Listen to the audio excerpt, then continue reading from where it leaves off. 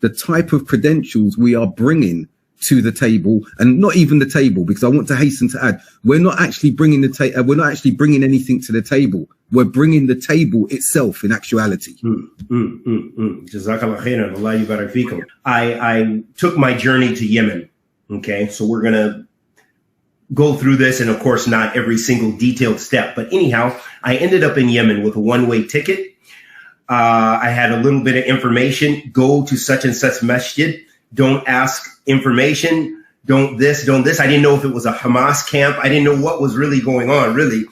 But it was actually the information to go to Sheikh Mukbil, okay, to go to Damaj.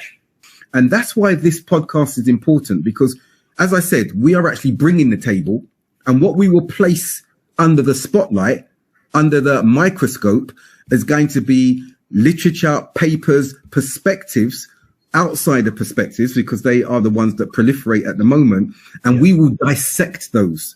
We will analyze those. And where necessary or relevant, we will then give remedies or counter narratives that are, in essence, what the reality is as we speak to particular issues.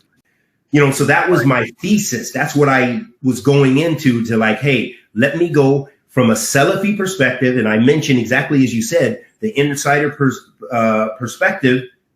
And with my experience and having lived with Yemeni Salafi scholars, living in Saudi Arabia for an extensive period of time, to bring that to the table, and having studied with scholars from both of those places, to be able to bring that to say, well, in the words of Salafis, how do they view extremism? How do they view the takfiris? Do they accept this classification, takfiri, jihadi, and so forth? So this really helped to fuel me and make me even more passionate about it, and to really try to be as academic as possible, and even divorce myself from it in writing. But I think that with our combined experience, and I will use the phrase expertise, and our academic references, and you have the added advantage as well of being a bona fide student of knowledge from the Eastern perspective as well as the Western perspective. You have the Arabic and everything. So I think that as we go through these shows and we focus on particular themes, we can address them and elucidate upon them, and then provide an alternative perspective for academics, practitioners, and also grassroots lay people to have access to PhD academic studies in layman's terms, inshallah. But there may be areas of fiqh or approaches where we have a difference of opinion, and I'm happy for the viewer to see us discussing that, and how we differ, and the ethics of differing, because we see that amongst Salafi communities today, and amongst Muslims generally, there's a toxicity when it comes to differing.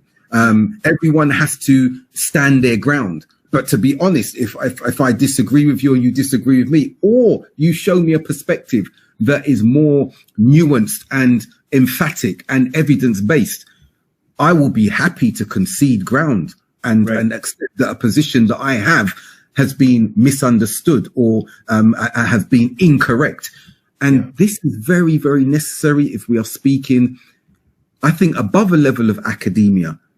We're talking about, as Muslims, the ethics of being Muslim, and discourse, and the requirements and parameters around the discourse. So the proof is in the pudding. Yeah. As he said, the proof is in the pudding.